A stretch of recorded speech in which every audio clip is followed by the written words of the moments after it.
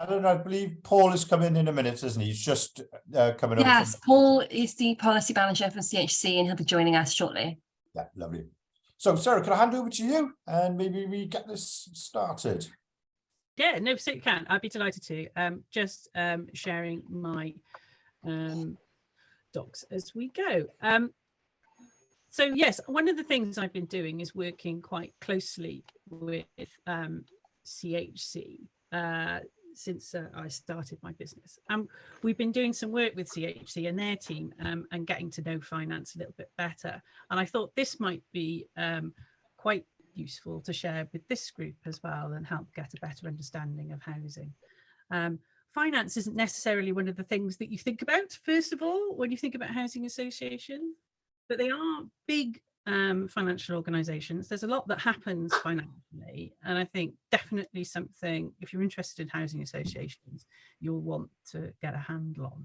So I think the format we're going to do is I'm going to talk you through some of this, but hopefully Lorraine and Amy can also jump in with any additional points, and I'm happy to sort of stop and take questions as we go, really.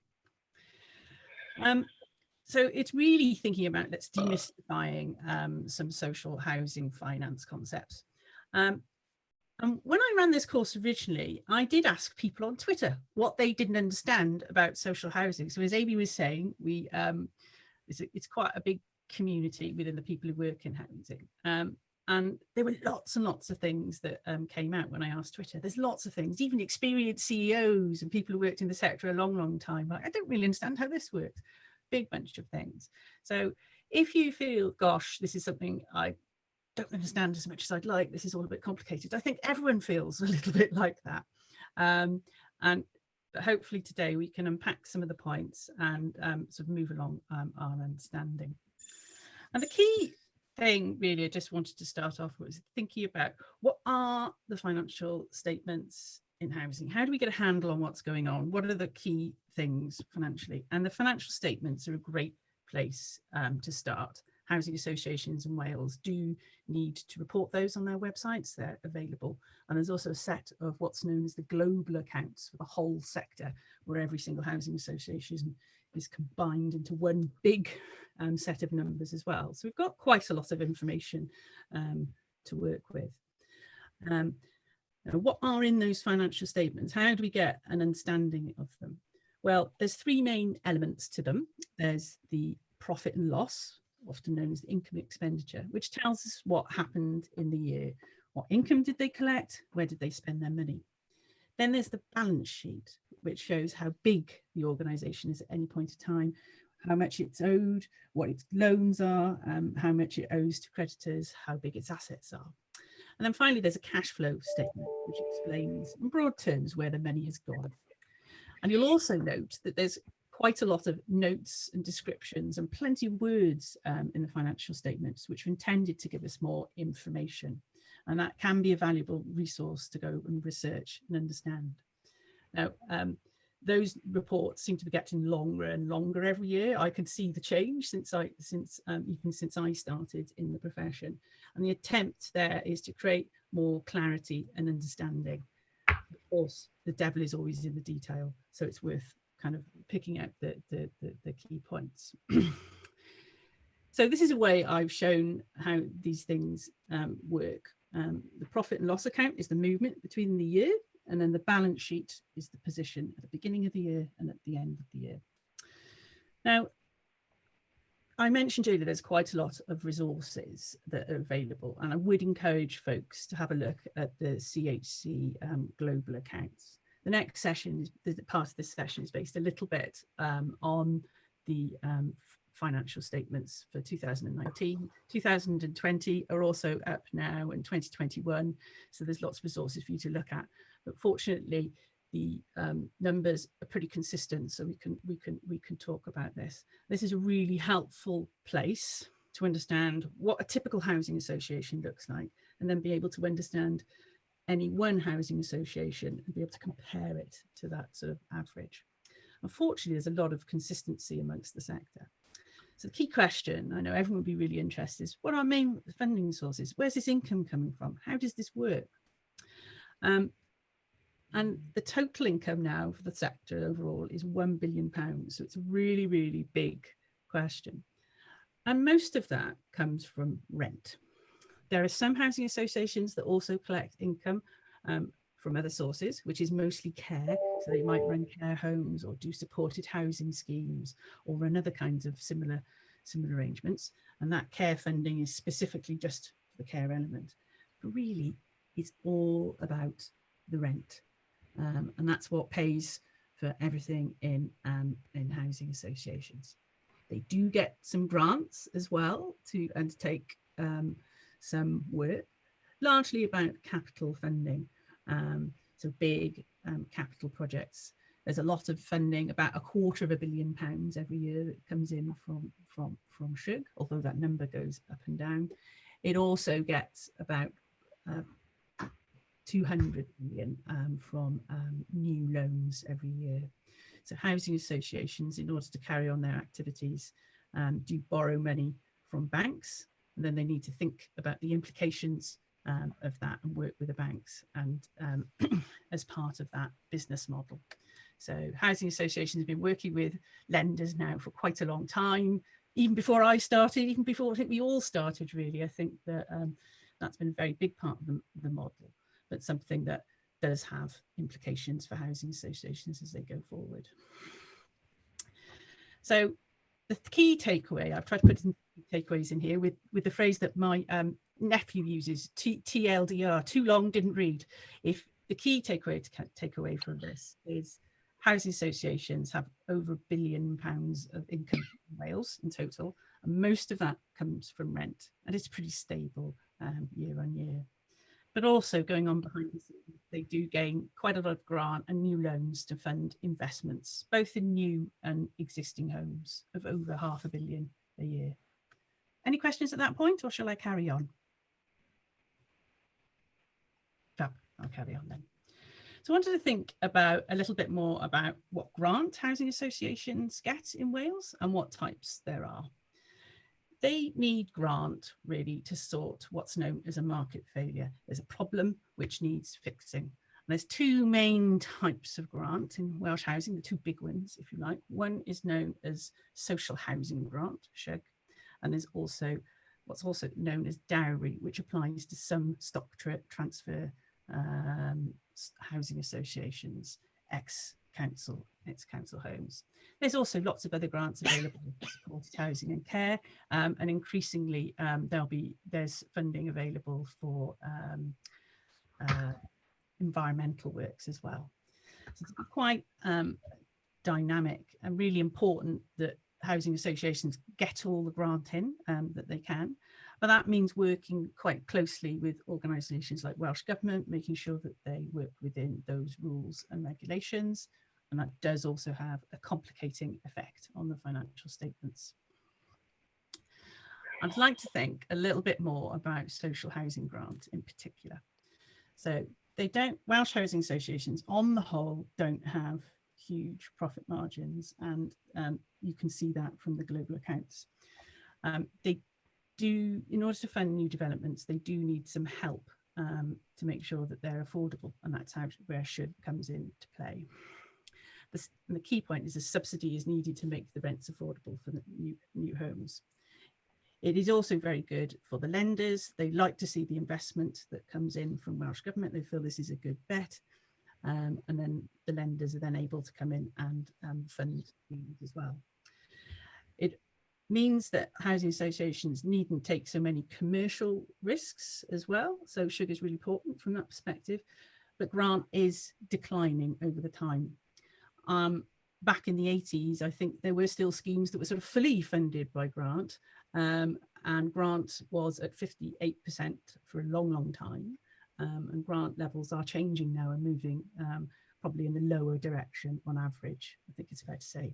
In England, social housing grant has gone. I think it went about 10 years ago, and that has changed the way housing associations in England develop. They will have, on a typical site, it will be quite large. They will have a lot less social housing homes and more sort of commercial arrangements, simply to make the numbers stack up. So fresh shrug is something that's really important. So again, the too long didn't read version of this is making sure that we understand that grant is also a really important part of what housing associations do in Wales, a significant investment in that, but it does have implications in terms of managing that. It's going to ask some questions then. How many organisations lend to Welsh housing associations, and what's the total size of that lending, which is based on the 2019 accounts. So it's quite a lot, actually. There's about 30 organisations which lend to Welsh housing associations, from traditional banks to more complicated financial vehicles and organisations, and pension schemes and things like that. All bona fide organisations, of course, but a broader range than you might expect. And the total amount of lending that's come into the sector is now at 3.6 billion. Actually, I think that number's gone up since then. But yeah, very big number. There's a range of financial models, from bonds, private placements, traditional loans. I won't go into detail of all of those, but they do have different financial implications. And all those banks or financial institutions will all want a financial return on that, and that needs to be paid from the rent in essence. They're also essential to any new homes programme, and they support the cash flow and the robustness of the sector. And it's worth thinking about that the ability to lend from private sources, such as banks, was one of the big reasons that LSVTs came into play, really, and why they were transferred. It's the ability to access this finance wasn't available in the public sector in the same way. That's a really big part of the reason why they were set up. But it's important to think about the motivation for lenders. They're not socially motivated in the main, although there are a few not-for-profit lenders. They're largely there to make a profit and return and interest, and they need to have a balanced portfolio. Now, they like working with housing associations. We're not risky, we're pretty safe. You've heard the phrase safe as houses, of course. That we have a lot of assets, it's government backed, it's long term, and we're also a very mature sector. We know what we're doing. It's not something new, it's been around. It's something that's been around for a very long time.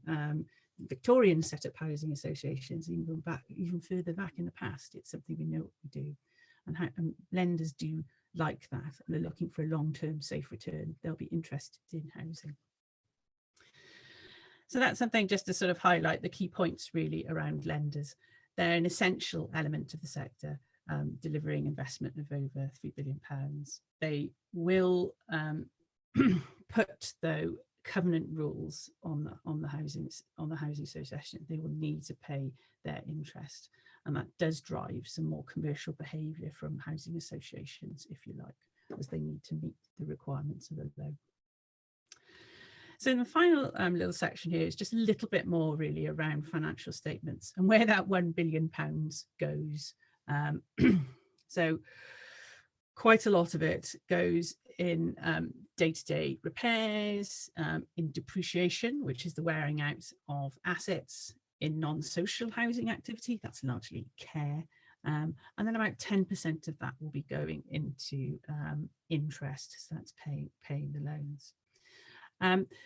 You'll also notice in here there's something called a pension adjustment. A lot of housing associations are members of complex pension schemes, in particular one called social housing pension scheme, SHIPS, and also local government pension schemes in legacy arrangements. And they do have financial implications when the values of those go up or go down. And so there are pension adjustments that come through, and they do create some swings, good, swings bad. It's an accounting adjustment. It's not real money, not real cash that goes in or out of the door, but it does create more volatility in that as those adjustments come through. So that is a complicating factor. And there are some years housing associations will post big profits in Welsh housing, but it will be largely as a result of pension adjustments rather than sort of true underlying activities of what's going on in the organisation. Now, other there, of course, is the other area. And there's a lot of other activities that housing associations will do, from investing in major repairs, working in communities, working with TPAS, all sorts of amazing things. I think that's one reason I've enjoyed my time in housing, because it's never a dull moment. We do get involved in a lot of different activities. So also to reflect on, you know, the broader remit that housing associations have in Wales, and hopefully a proud tradition will continue. There's lots of other things to go and look at in financial statements if you're ever interested. You'll notice there's a set kind of structure to them. So from the annual report, which will tell you about the organisation, its governance, i.e. how it's run, what it thinks its key risks are. The audit opinion, has the auditors given it a clean sign off, everything's okay, and then the accounts of what's known as true and fair. As I mentioned then, the key documents, the interesting bit around their profit and loss, their balance sheet, their cash flow statement. Lots and lots of notes then that help them sort of flesh out some of that. Perhaps too many notes, you might argue, but there's lots and lots of information in there if you want to look. And there's also information on housing associations websites. You can look sometimes on the Companies House, sometimes in the FCA, lots of places you can potentially look. So in case you missed it, really, just to sort of summarise that, there's a lot of key tools we have in terms of understanding housing associations. Have a look at that and understand the balance sheet, profit and loss, and the cash flow. The key thing I think for us to remember is that housing associations are largely funded from rent, but there's also the investment side of things in new and in existing homes, which will be funded by things like grant and loans. SHUG and the legacy dowry are probably the big ticket items within the sector. And lenders now are an increasingly big part of that too, with over 30 of them, the numbers even a couple of years ago at 3.6 billion and rising all the time. So that was my presentation that I gave to CHC a little while ago. I shall stop sharing now at that point. I wondered if Lorraine or Amy would like to come in. Any other further points? Are there any questions you'd like to see? Oh, forgive me, I haven't seen this stuff coming through on the chat. So perhaps I'll have a look at the chat. Lorraine and Amy, is there anything you would like to add? Yeah, I think the one thing I was going to say was we've talked about loans and different types of funding. New loans tend to have conditions around them, which is that they are to be used for new development. So that there's usually a purpose for a loan when you go out for a loan. So and I think that's quite an important thing to sort of recognise, you know, and I believe the lenders are now looking at loans around retrofit and sort of some of the environmental initiatives. But generally, if you think about it, the scheme that you're in, the house that you're in, you know, 42% of that house, possibly less, will be funded via a loan, and that loan attracts interest. And in addition to attracting interest, it's a bit like having a mortgage. You have certain conditions that you have to comply with. You know, if you do stuff to the house that requires planning, you have to let the lender know. But in addition to that, you have conditions that the rent has to cover the interest by a certain amount, but also that house will provide security for that loan as well. So it kind of is very, very similar to having a mortgage in a way, and sort of, and I think it's also important to recognise that each scheme has to, more or less, has to stand on its own 2 feet. So when we are doing new developments, we don't look for existing schemes to subsidise that.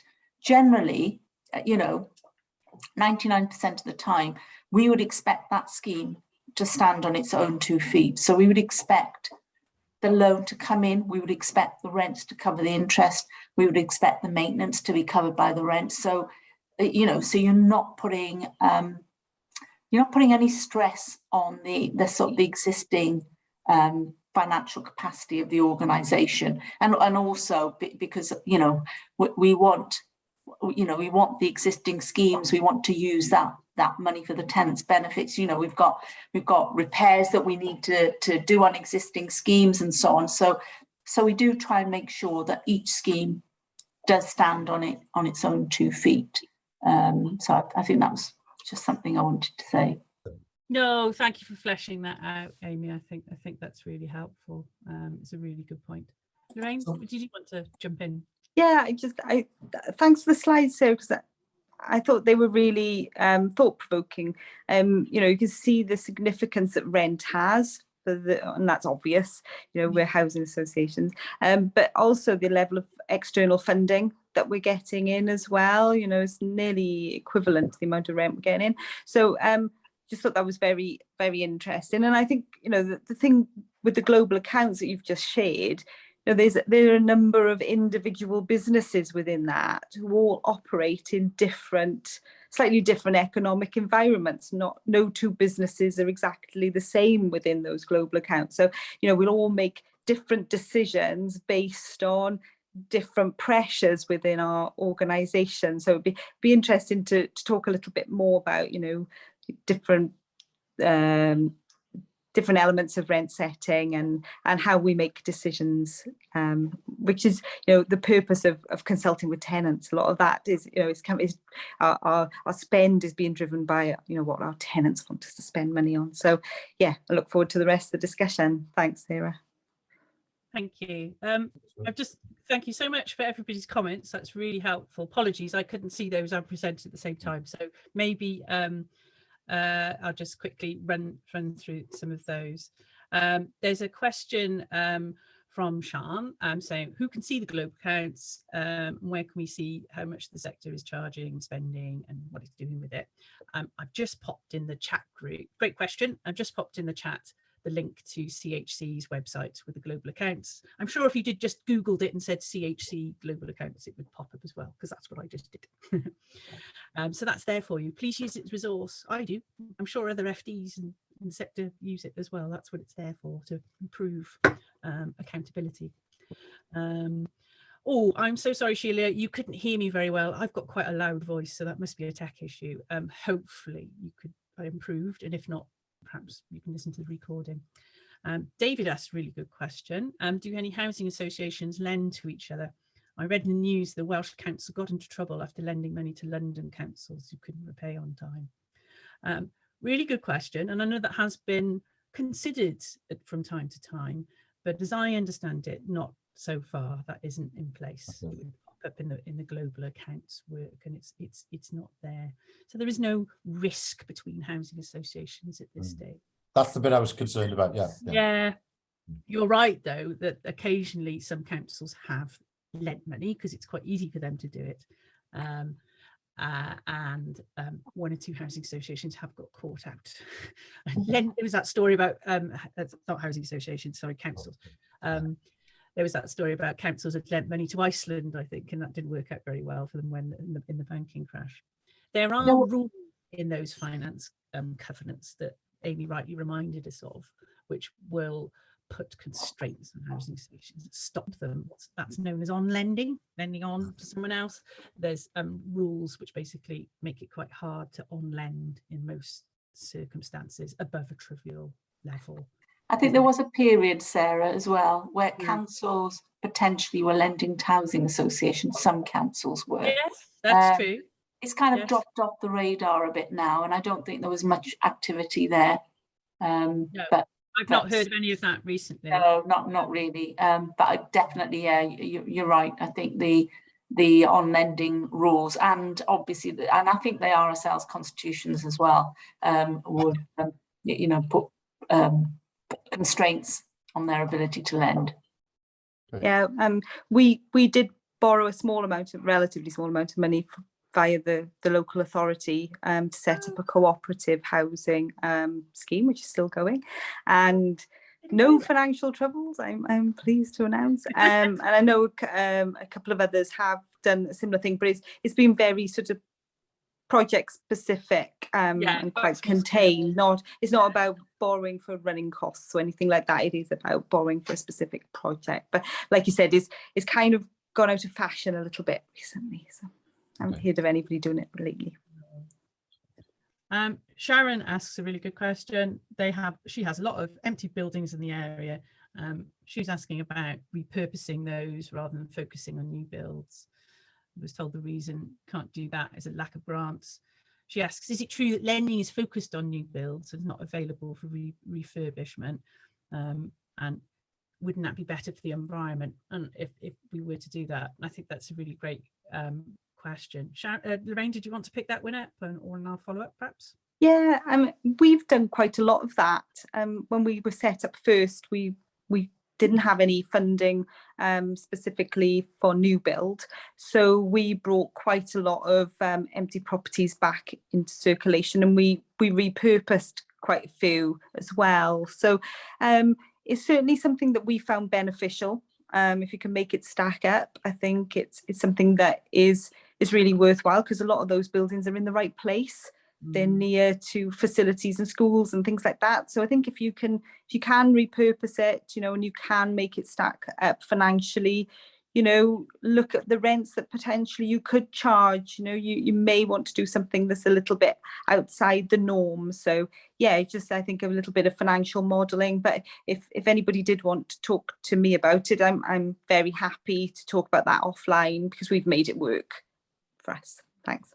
And I guess, as Amy was rightly reminding us now, that there's more of a focus on retrofit and looking at grant and funding, it is getting easier to repurpose buildings. Perhaps historically there probably was a bias to new builds, but maybe that bias is reducing, should we say, now as the new funding streams come Also, in. there have been Welsh government initiatives as well. There was the Empty Homes Scheme, for example, where they did fund refurbishment.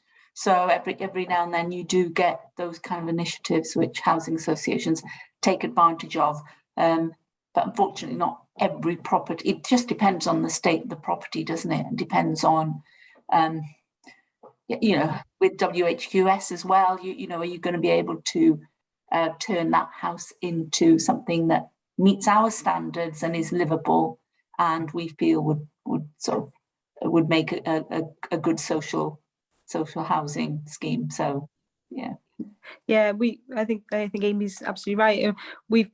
We're hoping to access a little bit of funding to bring some long-term empty properties back into use through the transitional accommodation capital programme. So you know, there are new avenues springing up all over the place because of the pressure on the housing sector to provide more accommodation. But you know, like Amy said, some of the time we do sort of we call it redevelop. I mean, it's basic demolition and start again on the same site. But you know, we're redeveloping a site of 34 flats, but we'll put 40 plus back in its place. So you know, we're building more and trying to maximise, you know, the land that we've got and the buildings that we've got. But yeah, certainly we don't want to put loads of buildings in a skip, you know, where we can repurpose. I think, you know, that would be ideal. Thanks. And I guess that repurposing as well is better for the community, because housing associations got those ambitions to be anchor organisations. Proper redevelopment and regeneration is not just plonking new businesses, new buildings in an existing framework. It's trying to work with as best of what you've got. I think there's lots of good examples of Wales doing that and being quite sensitive to that. I'm sure there's more we could do, of course, but I think the spirit is willing there. I think Sharon also goes on to ask the next question: what's the surplus in spending? Yes, really good question. So you might remember towards the end of my presentation, I had a big pie chart and I said, where's all that money gone? We talked about the big ticket items, and you might have picked up that there was a tiny sliver which meant surplus. So what I did in that analysis is I took the total income and I showed how it was spent against all the costs, and the spend is 99% of the income. What's left over is the surplus, which I want to put it in the slide for completeness, but it's pretty small. So this is based on the 2019 global accounts, so you can see that yourself. And some housing associations will do better than that, some will do worse. But that's the overall bottom line for the sector, once absolutely everything is factored in. There's not huge margins. There will be some housing associations who make bigger ones within that, but that's the overall sector position. Sharon, yeah, more than happy to share the slides. Over to you. Oh, and Ali asks, really good question. Can you expand on the meaning of care? And when we say that, that's where 20% of our funding sources come from. Yeah, absolutely happy to. Sorry, I glided over that one quite quickly, but it's a big part of what the sector does. Now, not all housing associations do this, but a fair few will have care arms. So they'll have the work they do as a housing association, and then on the side, or perhaps as a subsidiary or as a department, they will have a care arm to them of some sort. Now, some will have supported housing schemes that they run, working with people in the community. Some will have a variety of care facilities. I'm not an expert in this. There's loads of different types and categories out there. Maybe Lorraine and Amy, you could share things that you do in your housing associations on this, for example, and a broad swathe of extra support that we will provide. That has a different funding source. A lot of that is grant backed because there's statutory obligations to look after people, for example, and it's a different world in itself. Now, that's how big is that in the sector? It's actually sort of 20% roughly. In terms of turnover size, it's in quite big numbers, but not every housing association will be doing that. Some don't, some have just the traditional housing association function, but some have expanded more into that kind of care arm. The overall impact on the sector is quite significant, but I sort of parceled it off and said, well, that's there, over there. And it's not an area that creates large financial surpluses. I think it's fair to say it can be quite challenging to make that work financially. Amy, I wondered if you wanted to say something, because I know United Welsh is one of those that's got quite a big care arm, and you could probably do it better justice than my explanation. We don't have a care arm. What we have is we have a lot of supported housing. So, but that still falls within the core social housing category of rent. And support. So, and that there is a difference. Care homes are sort of registered in a different way to whereas supported housing are really, for example, you know, the people have specific needs. So we have homelessness hostels. We have a number of those. We we provide schemes where there's additional support for those who have mental health needs, addiction issues, and these are people who would be homeless because of where they are, but actually with a bit of support we can provide them with accommodation and actually get them to lead a fulfilling life. So, you know, with providing that support and getting them into accommodation, and then with a bit of extra support, they can, hopefully get work and become part of the community. So we do have a lot of supported housing properties. Can I just jump in there? Sorry. Because we're here for tenants, if there's tenants who want to know about a specific subject, like the care thing. So Link Cymru are one, we've got huge traditional care homes. In fact, they merged with a number of people during lockdown, and they are in that care home model. If somebody wants to know about that, we'll get somebody along and we'll run a smaller session, for those who are interested in the mechanics of care homes or the mechanics of homelessness accommodation and things like that. So yeah, more than happy to do that if people want to let us know afterwards. Yeah. Great, no, thank you, David. That's really helpful. Yeah, there's so much interesting stuff that goes on. It's definitely topics, loads and loads of topics you could discuss around. Sarah, there are a couple of gentlemen who've had their hands up for quite a while, very patiently. George, and I'm not sure if Brian had his hand up and has put it down, but they'd be very, very patient, and yes.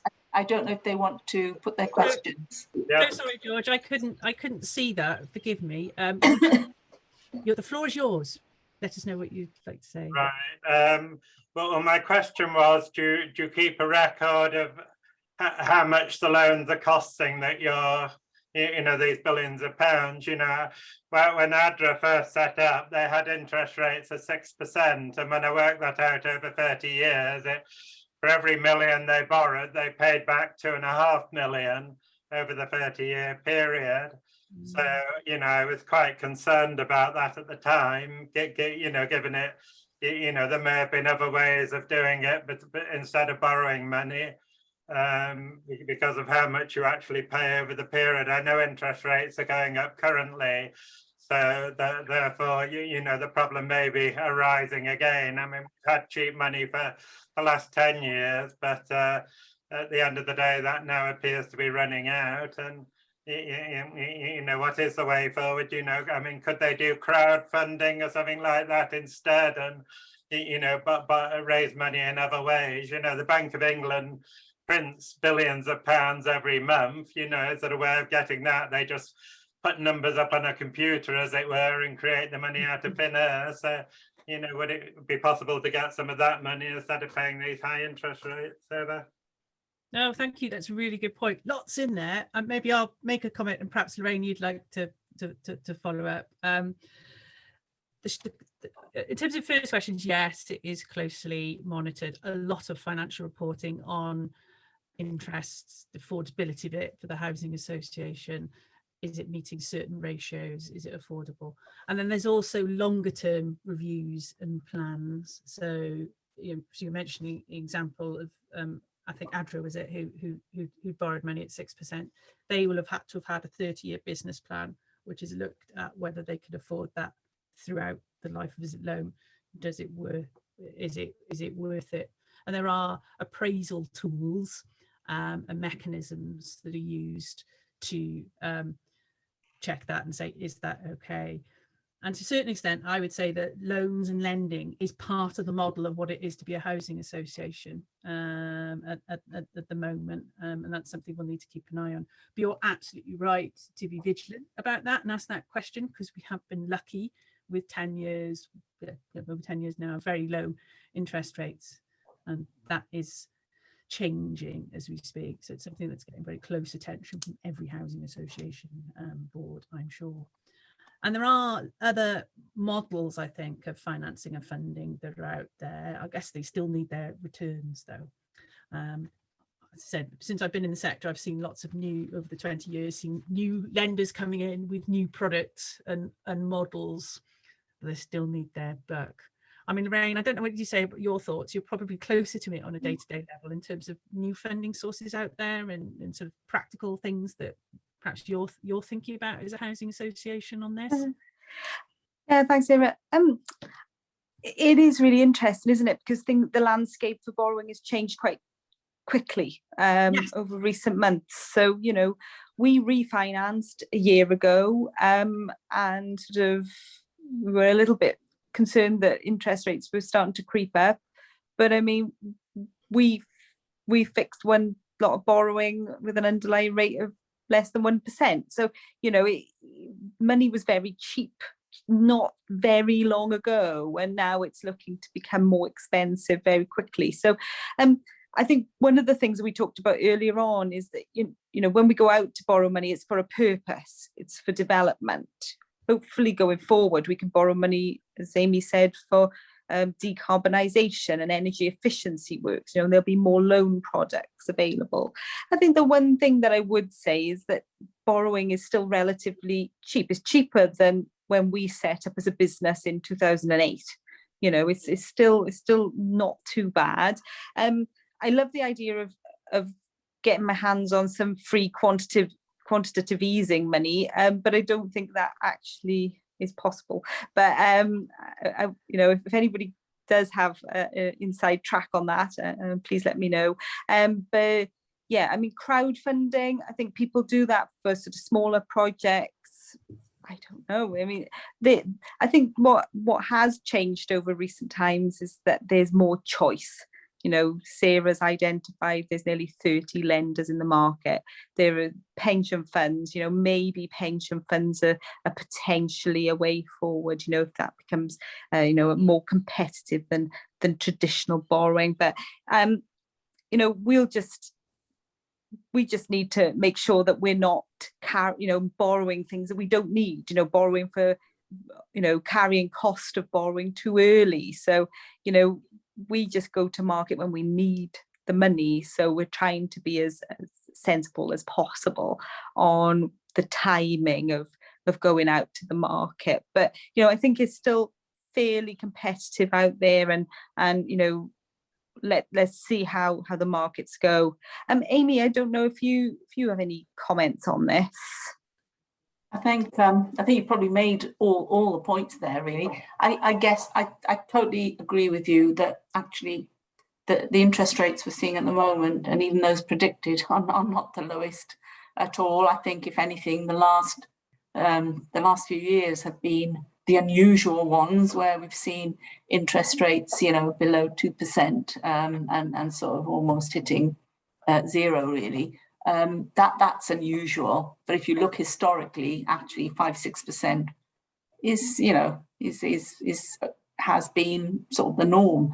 I think it'll be, and it's the sector is very resilient and is very creative. And as interest rates rise, I am sure that they will meet the challenge of that, because there is still a need for social housing, and it's one of these unfortunate facts of life, really, that there are people out there who cannot afford their own homes, and social housing is the only way that they can put a roof over their head. So for us as a sector, we need to make sure that we are meeting their needs, and that they do get that roof over their head. I think if interest rates do carry on rising, then obviously we still want to set affordable rents. So the Welsh Government might need to think about the grant offer, because obviously something has to give in there. It's either costs, it's either rent, or it's either the interest. And costs are rising. We've got pressure to invest in our properties and make sure that they're energy efficient for tenants. We've got pressure to maintain those properties to a decent standard, but at the same time, we also want to set affordable rents. So I think there has to be potentially some give there in terms of grants going forward. But it'll be interesting to see how we manage that and how we think creatively. Can I just jump in on that before we go to Brian? Sorry. The other thing, George, is I started my career years ago in something called securitization and off-balance sheet finance, and very dull it was. But it's about risk. Housing associations aren't that risky, and in terms of they've got an income stream, they've got tenants, there are waiting lists and things like that. So as interest rates go up, yes, it's going to cost the sector more, but also it's a good place to put money in, housing associations, because there's a regular income stream. For a pension fund, it helps fund your annuity programs and things like that. So it's a good sector, and we haven't got the risks like we've had in England as well. The other thing I would say to tenants is to be looking out for is, when you look at some of the England housing associations have had trouble in the past, it's when they've done things like commercial property development and things, and they decided they want to build, shopping centres that no one wants anymore and things like that. And that's what I would say to tenants when you're scrutinising your housing associations, to be looking at what they're doing commercially. Sometimes there's good reason, sometimes there's a bargain we had, but it's when housing associations think they're property developers is when sometimes the wheels come off. And I think, David, I mean, the one thing about the Welsh sector is housing associations work really well with Welsh Government. That connection is such a good connection. There is that kind of mutual understanding between the two, and that desire to in terms of what we want to achieve as a sector. And I'm that relationship, I'm not quite sure it's in that same way, and it is recognised as well by some of the lenders. That's to our benefit as Welsh RSLs. Yeah. That links really brilliant. Sorry, Brian, we will come to it, but just say that links perfectly to another question in the chat box asking about is grant a threat really in Wales, particularly looking at the story in England. Yes, I think to an extent we do need to keep an eye on that, because we realise with 10 years of austerity, all grant budgets are under pressure to a later or better extent, but we are insulated from the worst of that, as Amy rightly says, from an excellent working relationship with Welsh Government. We're very, very connected, which they don't have in England. And there's quite a political difference, shall we say, between the two countries. And in order to make their scheme stack up, English housing associations have been forced to be more commercial just to make the numbers work. I've worked with some English housing associations. That's just the reality of it, because they don't have grant. They have to build. commercial shops or whatever as part of that.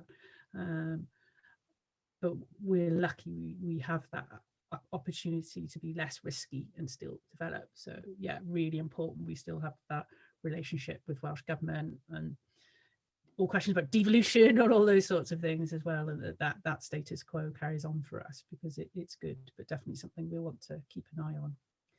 Brian, hopefully you have still got the patience to ask a question. Please let us know what you'd like to say. I've almost forgotten what I was going to say. Oh, sorry, Brian. The elephant. All Welsh housing associations right now are in the middle of rent negotiations for next year. I'm sure they are. And the elephant in the room is the CPI for October, which was 10.1%. I can't see social rents going up 10%. The Welsh Government won't allow it. And the Welsh Government are dragging their feet on giving us a CPI figure, or their assessed CPI, you know, which could be, say, between 3% or 5%. We don't know. And they're very slow in coming up with a new figure. Now, this impacts on future development. I'm an active tenant. I'm actively involved in my housing association. And this impacts on future developments within. All that we're saying here this morning is very relevant. And there's a few touched on it. But indeed, a CPI at 10%, they can't put the rents up. They're going to have to cut the costs. They're going to have to cut the costs. And they can't cut maintenance because that's at an all-time low because of COVID. No, where's the economy going to come? That's all I wanted to say, really. Thank you for listening to me.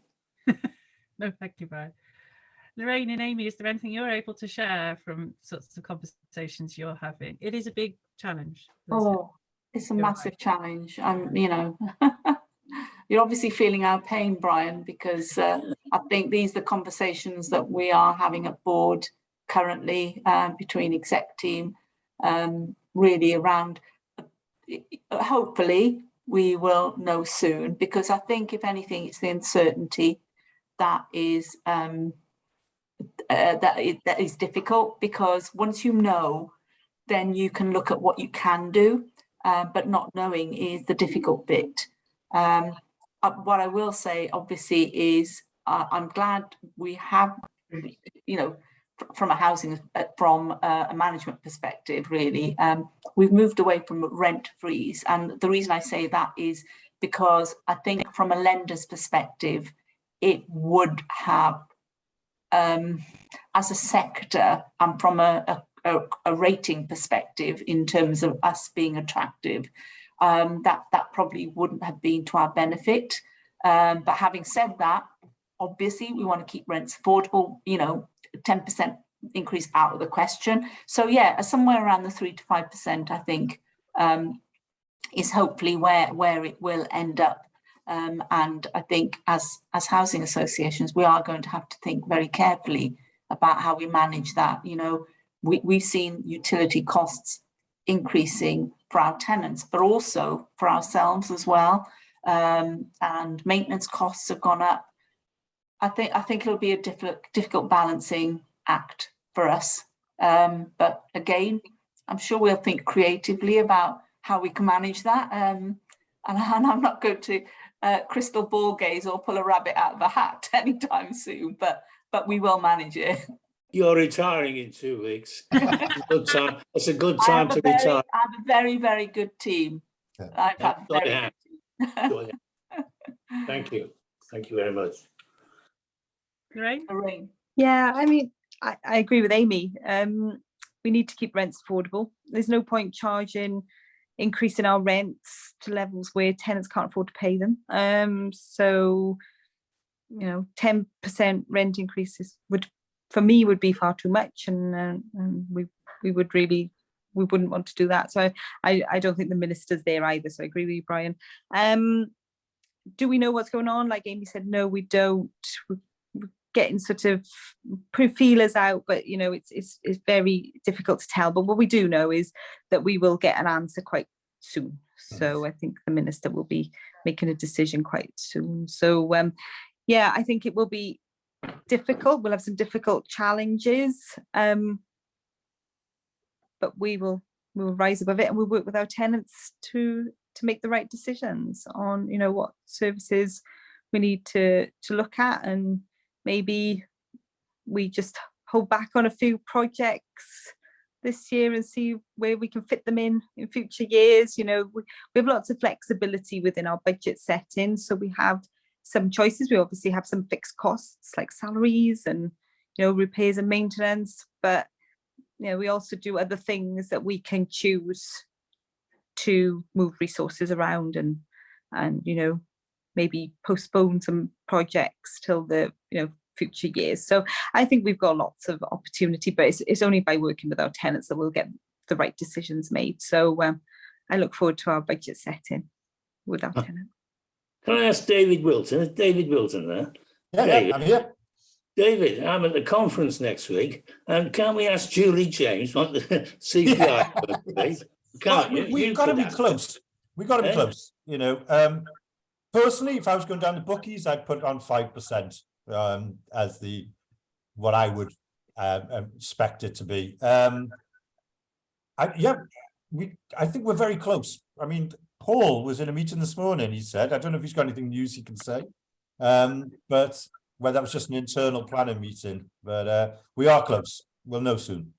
They need to as well, because with Rented Homes Act and things like this. That's right. You've got to get the letters out, haven't you? Pretty soon. Yeah. But it's to finance the Lorraines and the Amy's. They've got plans they need to do, and they need to know now, you know, what need to happens get next year. Yeah. Paul, Thank you. Is there anything you can say? Or would you be shocked if you revealed anything? I would be shocked, but I think all that we can say is, sorry for those I've been listening in the background, Paul Thompson from CHC. All I can say is that we know that I don't think it's a secret that the minister wants to make a decision very quickly, you know, to give all that clarity both to social landlords in terms of engaging with tenants, not least because of Rented Homes Wales Act, but also just to give people clarity about, you know, what's coming. So yeah, we expect a decision very, very soon. Okay. That sounds imminent to me, but yeah. I mean, obviously, you know, housing associations have done all their, you know, scenario testing and so on. But if you know, when there was talk about a rent freeze, that would have lost us £1.6 million in rent. So I think, you know, whether it's 5%, whether it's 7%, I think that difference between CPI and nil is absolutely huge. It's significant, basically.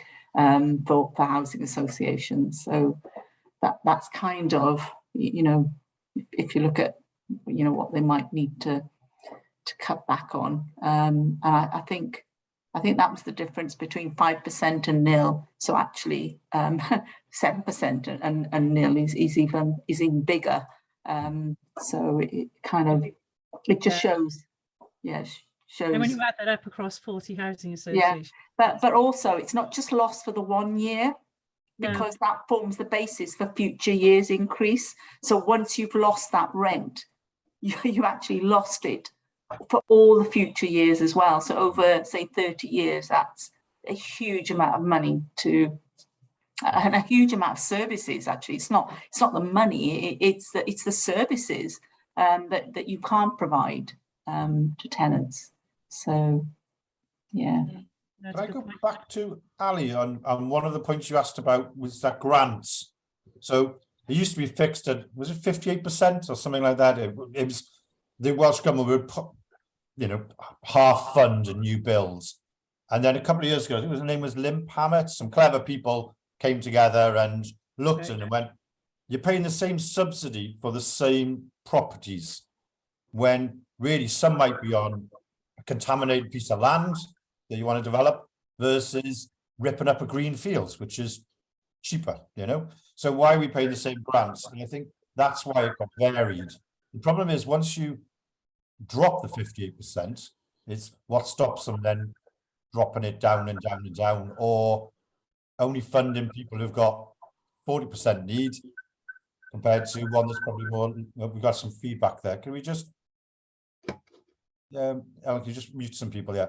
So we're keeping an eye on that as well, because I think it's really interesting that whether the Welsh Government will bring that down over time, or whether you will see the benefit of more interesting schemes like reclaiming some brownfield sites. That should have more grant than ripping up a green field, you know. And I think, am I wrong on this, Amy or Lorraine? But that's what the original thinking was. Yeah, that's right. And I believe the Pament report did create that flexibility, but it did also create the ability to flex downwards. And they did, I believe the numbers I saw, they thought they would get more homes overall for the same amount of grant, which to me says the grant rates were net on average dropping slightly. So I think that's right. Yeah, I mean, sorry, I think the standard viability model which they use now for social, you know, instead of social housing grant, you know, it tries to balance, you know, if you charge a lower rent, you get a little bit more grant. I think it's sort of trying to be flexible like that. But you know, I think all bets are off in terms of grant percentages. So you know, I think we have to work with it within the system that we've got. We've got no choice.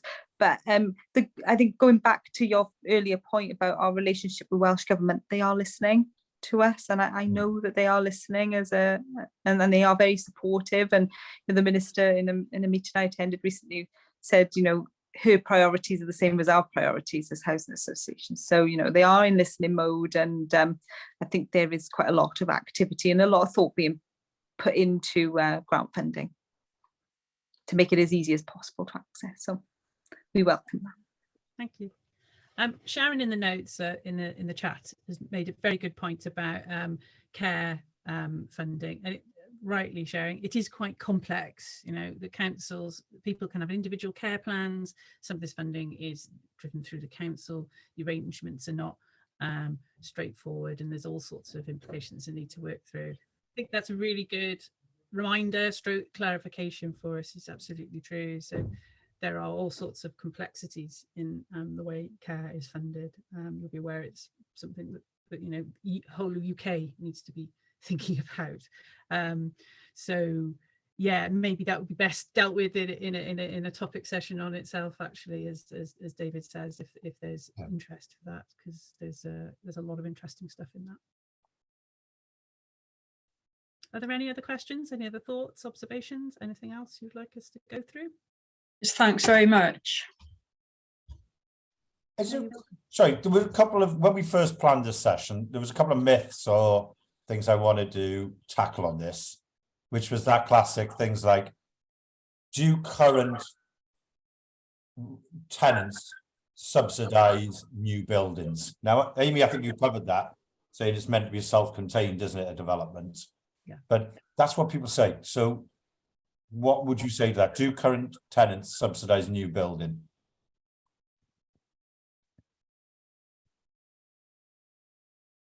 It's an interesting one. I'd say on the whole, we do try and ensure that new schemes stack up on their own. And in particular, you know, we run appraisals.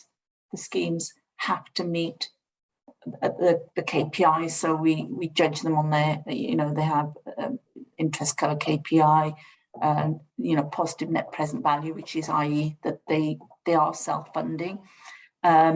So generally, I would say that they need to be self-funding, and obviously we borrow 42%, so we're not, you know, we're not using sort of what existing schemes to sort of fund new schemes. Sometimes we might make an exception. For example, if it's a supported housing, if there's something specific about that scheme, then we may do, but it's very rare. But I think the other thing is that in terms of surpluses, we need those surpluses actually, because a surplus doesn't necessarily equate to cash. So you know, if people look at sort of the fact that you're making £3 million, but actually we're spending 9 million on doing major repairs. So what you need to look at is actually the cash flow that housing associations are generating and how they're using that cash flow very often, rather than concentrating on surpluses as such. And I think Sarah you did touch on that, didn't you, earlier, about the difference there. Hello, Sheila, just put a comment in there saying that she'd be happy to pay part of her rent to provide homes for other people. And I think that's come out in the past in Tenant Pulse surveys, when we, that there is a level of support for recognising that we need to build more homes, we need to get people into secure accommodation, and there is certainly a support there for that. Yeah. I mean, what we tend to do, sorry, one thing I probably should have mentioned is what we tend to do is look at, say, a combined scheme programme, and we make sure that works. So you may have a scheme there that perhaps doesn't work, but we want to do it because it's a good scheme. It might be a supported house scheme. It's something that particular community needs. So what we do is we look collectively over a number of schemes, and we try and make that work. As I said, we have subsidised new schemes, but generally we do try and make sure that the whole development programme does work. Yeah. Good. Shall I come in on what we do? We do exactly the same as Amy. So we look at individual schemes and make sure that they stack up financially. We also look at them in the round. So we also, we look at all our schemes together. So, so make sure that, if one is more difficult, that we do look at that. We do charge our new tenants in those new properties slightly more, and that's something that we do. So they pay slightly, about £7 a week more than our living rent, and that's because the house is EPCA rated. It's brand new, there are no repairs needed, so this is kind of a different product, so we charge a little bit more. So that's how we make our stack up, because our living rent is pretty low, and it will be difficult to make financially viable development schemes if we didn't. So that's one of the that's one of the differences that perhaps we have, that we all have to make slightly different decisions as different businesses, to cope with our different operating environments. So yeah, that's how we make our development program stack up. So we borrow, we have grant funding, and we charge a little tiny bit more in rent for those new tenants, but our existing tenants don't pay any more in rent to subsidise. Okay. Amanda in the chat's rightly noted that it's the fear that existing tenants fund the new builds and then that their homes are not kept updated, which and can stand, but also reflecting that housing associations do have big existing investment programmes and major works, WHQS, Welsh Housing Quality Standard, and version 2 to think about and retrofit. So I think housing associations are increasingly making sure that the current homes, existing homes, don't fall behind. That's really important. Mel in the chat has also mentioned that in the past, housing associations have used their unencumbered properties as security for loan for new builds. And does that still happen? Yes, that's part of the function. But as Lorraine was saying earlier, we'll look at that in the round. And it's, I think, probably the norm for most associations to be mortgaged. For most housing associations, most homes will be so. For example, most LSVTs on setup, they're all immediately mortgaged against the original loan. Karen has asked, this is really helpful. Could we have a Q&A response on that? David, do you think that might be? Yeah, why not? I think there's about 5 or 6. Some of them have been covered today. What happens to the surpluses? That was one of the things people imagined. You make a surplus every year, it's sitting there in a reserve account, Yeah. It was like, you made 2 million last year, 3 million. Why isn't there 7 million sitting there? And that's one that comes up a lot. Yeah, no, that'd be great. David in the chat has said, as rent increases seem likely, what is the focus on value for money? And I know that will be something that that boards at the moment will be thinking quite carefully and asking how tenants should be involved in that process. Lorraine, I guess you were mentioning that earlier, you're saying you were going to involve the tenants in budget setting and your processes. That's a really good example, perhaps if you would share. Yeah, I mean, yeah, value for money is really, really key in all of this, because it's a way that we measure, you know, how our business is performing. You know, it's not just about cash in the bank, it's about what value we provide to our tenants. So we do quite a lot of work on value for money at Merthyr Homes, as all housing associations do. Yeah, our budget setting process involves tenants. So we have as you know, we're mutual, so we have a tenant and staff democratic body. So membership that sit on our budget setting panel, and they're able to quiz us on different budgets and just double check against our corporate objectives and make sure we're setting our budgets to be able to deliver on those. One of the things we've done very recently is we've done a living rent consultation, and I was speaking at a previous event and we talked about this. We've had some results through, you know, and asked tenants if they feel their rent is value for money, and you know, it was really good to see that the majority, over 60%, said yes, they feel that it's value for money, but people are going to find it harder to pay their rent. And I think that was coming through in that consultation. So we really do need to make sure that we consider, you know, how we balance everything, so how we can continue to provide services that deliver added value. So it's not just our core business. Our core business is managing tenancies and maintaining property, but you know, is that those added value services that that really make a difference to our tenants and our community. So you know, how do we get the balance right? So yeah, we'll be involving tenants and staff in setting our budgets for the coming year. It's going to be an interesting one. You know, we've already had contractors asking us to increase their contract prices. You know, we've just signed off our gas safety servicing and repairs contract has gone up by £85,000. You know, we'll need to find that in our budget. So, you know, we'll, with the help of our tenants, we will prioritise how we spend and you know, getting back to that value for money point, you know, what added services do our tenants want and what do they value? And that's where we'll be focusing our budget in the coming year. Excellent. So maybe that's something it's worth final plug for TPAS, which is David Lloyd's got something on the 13th of December on this around accountability and transparency, value for money and rent setting. So please do check our website. And I'd say that's the fourth of what we originally envisaged as a 4-stage process talking about rent and transparency. So Ellen has put it in the chat as well. So yeah, blatant plug there, but it wraps up I think the 4-part series we've been trying to run here. So good.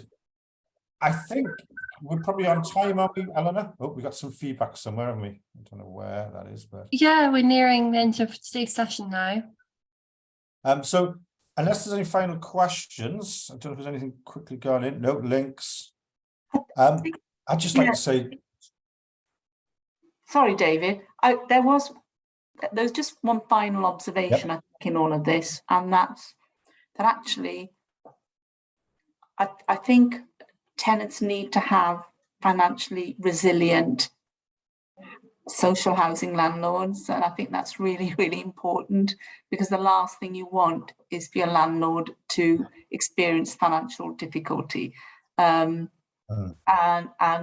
that's big, because for them to be able to provide that service, for them to be able to cater to tenants' needs, for them to be able to engage tenants in the services that, you know, they want to provide, and that there is a genuine desire for that, you do really need financially strong housing associations. And I think that's just an important point, possibly at the end of it, is, you know, we want, you know, sort of, it's good for the sector. I mean, obviously, you know, you don't want over surplus, but you do want that financial resilience. Cool, that's good. So Lorraine, Amy, Sarah, thank you so much for everything here today. Thank you for coming along this free session for tenants. I think it's really important. So thank you very much for your time, and we'll share the video and the slides.